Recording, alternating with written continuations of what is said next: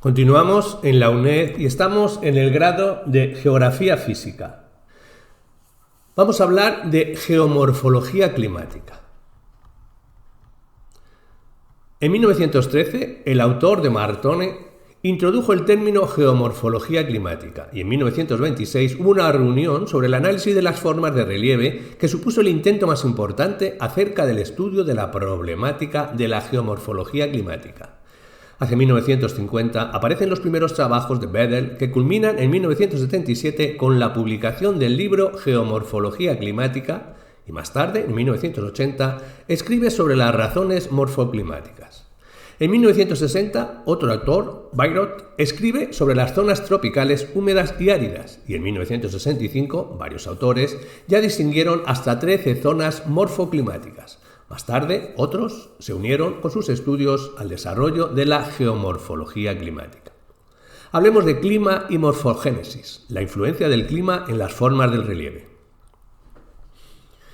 Investigaciones recientes han puesto de manifiesto que el clima interviene como factor limitante en la aparición, en la amplitud con la que se dan y en el ritmo e intensidad de los procesos morfogenéticos y lo hace de forma directa e indirecta, según sea el contacto de la superficie terrestre con la atmósfera. Si el contacto se establece entre los agentes meteorológicos y la superficie desnuda de vegetación, su acción es inmediata y la incidencia del clima en el modelado del relieve es directa. Este contacto directo se da principalmente en climas fríos y áridos. Pero si el contacto se da a través de una cobertura vegetal y edáfica, la incidencia morfodinámica del clima sobre la superficie es indirecta. Como la superficie terrestre está en su mayoría cubierta de una capa biótica, el clima ejerce por lo general una acción indirecta. Cuando existe esa cobertera vegetal, las condiciones de meteorización varían y con ellas las de la morfogénesis. La vegetación protege las rocas del efecto de las temperaturas y de la humedad o precipitaciones, también absorbe parte del calor del sol y protege de la rápida pérdida de calor en los momentos de enfriamiento, asimismo se interpone en la caída de las precipitaciones, con lo que evita los procesos que se producirían en la roca desnuda y a la vez favorece el mantenimiento de un cierto grado de humedad. Junto a esta cierta labor protectora, la cobertura vegetal también puede favorecer alguna acción desintegradora de las rocas, el efecto de las raíces. Como hemos comprobado, las características climáticas condicionan el predominio de un concreto sistema morfogenético, y así en climas fríos y áridos se caracterizan por abundar los procesos mecánicos. En los climas húmedos, templados y cálidos, los procesos más numerosos son los físico-químicos y bioquímicos. Entre los aspectos entre los que manifiesta la relación clima y morfogénesis podemos destacar algunos como que las rocas se comportan ante la erosión, que se comportan como duras o resistentes y como blandas o deleznables, pero este comportamiento depende de las propiedades físicas de la roca, que puede variar en función del sistema morfogenético en el que se encuentren.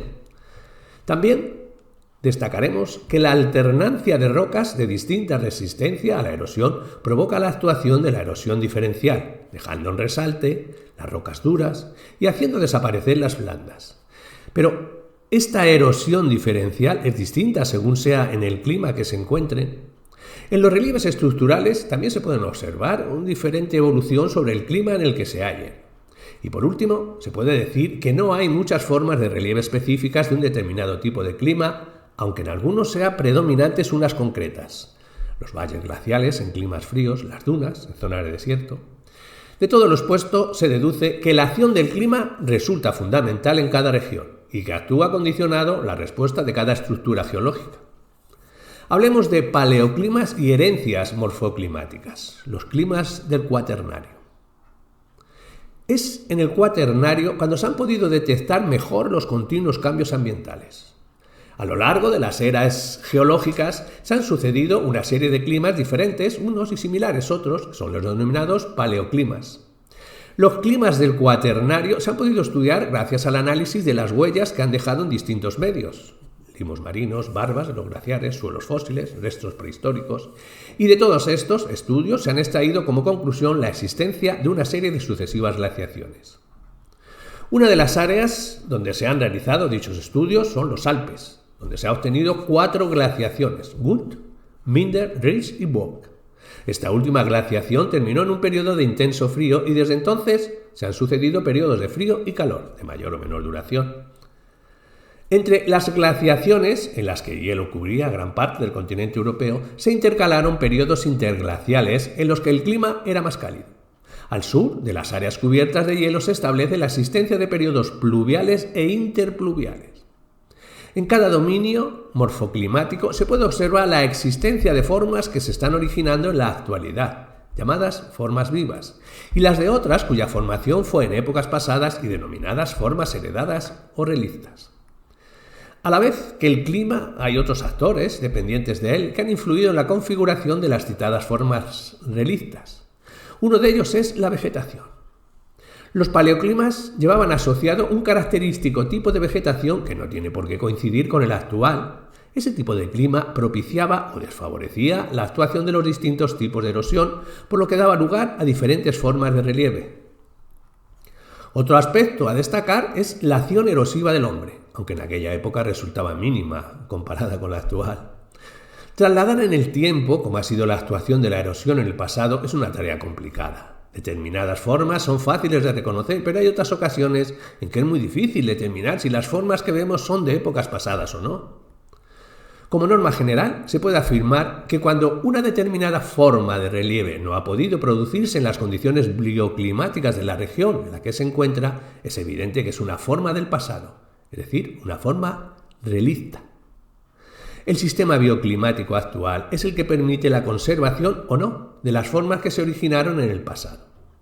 Unos dominios morfoclimáticos se consideran activos o muy dinámicos. La erosión hace desaparecer las formas de pasado, como los periglaciales, tropicales húmedos y los de alta montaña. Y otros dominios son poco activos. Y estos son los que se conservan las formas heredadas, como los dominios desérticos. Entre estos dos extremos existen áreas en las que se produce una situación intermedia, sabanas y estepas semiáridas. Cuando conviven formas actuales y formas heredadas se pueden dar dos situaciones. Una es que tanto las formas actuales como las heredadas, que se hayan formado bajo un mismo dominio morfoclimático, serán homogéneas. Y otro caso será que las formas actuales y las heredadas sean diferentes, por haberse originado bajo condiciones morfoclimáticas muy distintas, y el resultado será heterogéneo. Hablemos de las grandes áreas morfoclimáticas, las divisiones. En 1950, Pritchard relacionó dos parámetros climáticos, temperatura media mensual y precipitación total anual, con 5 procesos geomorfológicos. Asimismo, distinguió dos elementos morfogenéticos, los procesos de meteorización y los agentes de transporte.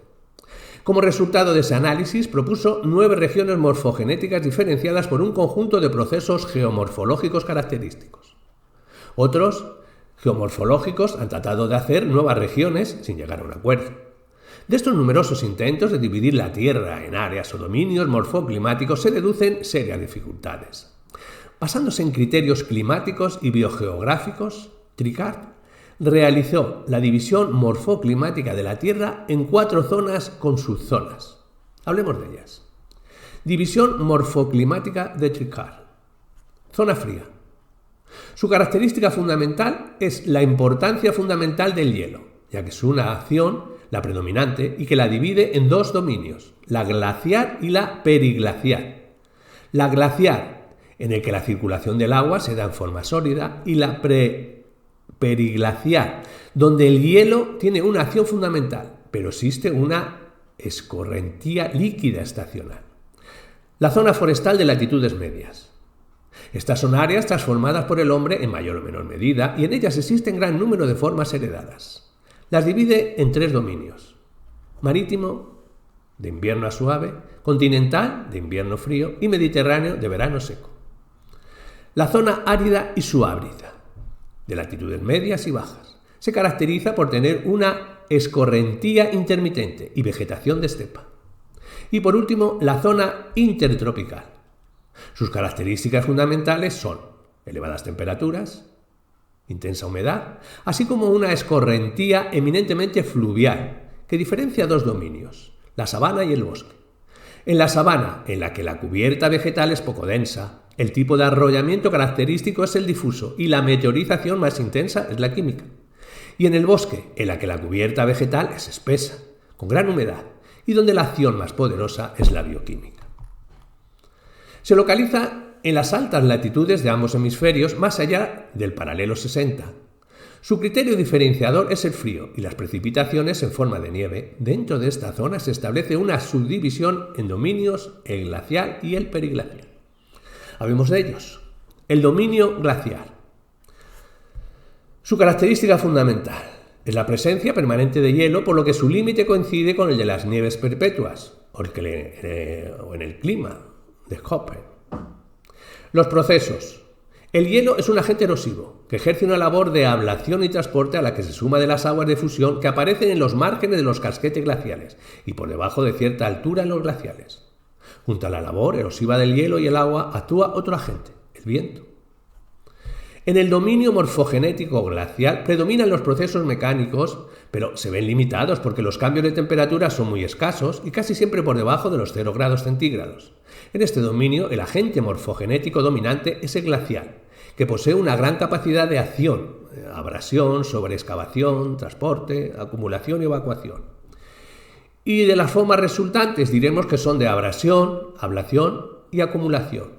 Y que estas formas, que resultan tras la acción de las glaciales y casquetes, se pueden estudiar en zonas antes cubiertas por los hielos, pero en las que hoy han desaparecido y se encuentran fuera del dominio glacial. Y en cuanto al dominio periglacial, diremos que se encuentran en todas las áreas de clima frío, cuyas temperaturas pasan varias veces por el umbral de 0 grados centígrados, congelación del agua y fusión del hielo, y cuyo régimen de precipitaciones asegura la cantidad necesaria de agua para darse dichos cambios de estado. En el dominio periglacial, a diferencia del glacial, existen suelos y vegetación, de forma escasa, poco desarrollada y discontinua, aunque insuficientes para cambiar el carácter abiótico del medio en el que se desarrolla el relieve. De los procesos diremos que este sistema, el morfogenético de este dominio, se caracteriza por la abundancia de procesos mecánicos de meteorización, la geliflación, gelivación o crioclastia, siendo también importantes los procesos de disolución. Lo esencial del proceso erosivo es la acción de la alternancia hielo-deshielo, y su acción varía en función del tipo de roca. Si la roca es porosa, el agua penetra por sus poros y al helarse la va triturando hasta formar arenas y gravas, la microgelifración. Y si la roca está fisurada, el agua penetra por dichas fisuras y al helarse la fragmenta en bloques y cantos angulosos, la macrogelifración. En cuanto a la dinámica de vertientes, es muy importante la acción de la gravedad, los desplazamientos en masa, la arrollada de las aguas fundidas y algunas de las acciones de movilización de partículas, la crioturbación o el pickrate. Todos estos procesos dan lugar a la aparición de abundantes materiales que deben ser evacuados por los cursos del agua. También la nieve y el viento pueden evacuar dichos materiales. En la formación de este modelado periglacial, además de los procesos vistos, también intervienen una serie de factores condicionantes, como las características de la roca, el volumen de agua disponible, la duración e intensidad de la helada, frecuencia. Los procesos analizados son predominantes en regiones frías y en las zonas en las que el subsuelo permanece siempre helado o se deshiela brevemente en la estación más cálida. Este hecho sirve para establecer la primera diferencia dentro de este dominio y hacer la división entre regiones con pergelisol o permafrost, el suelo permanente helado en profundidad, o suelo sin hielo. En cuanto a las formas resultantes, diremos que en el modelado de las vertientes se forman conos de derrubios al pie de un talud de mayor o menor pendiente constituido por materiales acumulados. Se dan también vertientes de Gollet, de aspecto escalonado y horizontal, que está separado por abruptos taludes. Otra forma son las vertientes de geliflusión, donde los materiales suelen sufrir desplazamientos en masa. Y por último, podemos encontrar nichos de nivación, que tienen a su pie un cono de acumulación por crioclastia. En las llanuras periglaciales que se formaron por el desbordamiento de ríos aparecen unas curiosas formas llamadas pingo o hidrolacolitos. Son montículos producidos por la acumulación del hielo en el subsuelo que al fundirse pueden dar lugar a pequeñas balsas que pueden ser de diversos tamaños. En el enlace entre llanura y montaña destacan importantes glacis de acumulación debido a la acción del agua de arrolladas, las aguas arrolladas. Otra formación muy característica son los suelos poligonales, que se trata de formaciones de figuras geométricas dibujadas por las piedras removidas por el hielo de hielo. Junto a estas formas aparecen otras denominadas césped almohadillado, que consiste en pequeños montículos de tierra, recubiertos de vegetación. Otro fenómeno observable con gran facilidad es el pickrake. Este es la aparición de pequeñas columnas de hielo que llevan en su cima pequeñas partículas de tierra y que al derretirse son transportadas a escasa distancia. Parece ser que este fenómeno es la causa fundamental del suelo poligonal y de otra formación como el enlosado nival. Por último, unas formas periglaciales debidas a otro agente erosivo, el viento, son los campos de piedras, la formación de dunas y la acumulación de loess. Y de la tipología de dominios periglaciales diremos que el autor, Tricard, que diferenciaba tres: uno es el desierto de gelibación, que se da en altas latitudes y no tiene vegetación, que sus procesos dominantes son la crioturbación y la crioclastia. El siguiente es la tundra, que se da en climas más suaves y húmedos, y finalmente la zona de transición, que aparece el bosque, pero con permafrost. Las regiones periglaciares actuales estuvieron en su día cubiertas de hielo, por eso podemos encontrar formas periglaciales relictas en las actuales zonas templadas. La zona morfoclimática de latitudes medias. Esta se localiza entre la tundra y los desiertos subtropicales, y predominan en ellas zonas que se caracterizan por tener una vegetación natural de bosque. El dominio templado húmedo se denomina también dominio forestal de latitud media, y sus temperaturas son moderadas. La pluviosidad es media-alta, distribuida regularmente, y el régimen hídrico es estacional. Todas estas características favorecen la formación de suelos bastante bien desarrollados y la existencia de formaciones vegetales. La vegetación se interpone entre los agentes meteorológicos y el roquedo, lo que hace que las acciones de modelado sean indirectas y que la erosión se vea atenuada por ellos. Consecuentemente, los procesos mecánicos son poco relevantes, predominando los procesos químicos, aunque sin excesiva intensidad, debido a las moderadas temperaturas. En la zona templada forestal, el aspecto fundamental es la existencia de una importante capa de vegetación, lo que hace que la influencia del clima sea indirecta. Por una parte, la presencia de bosques frena las acciones mecánicas y por otra, las moderadas temperaturas hacen que los procesos químicos no sean intensos. Estas condiciones bioclimáticas favorecen la conservación de paleoformas cuaternarias, por lo que el relieve que podemos observar hoy serán formas heredadas del pasado.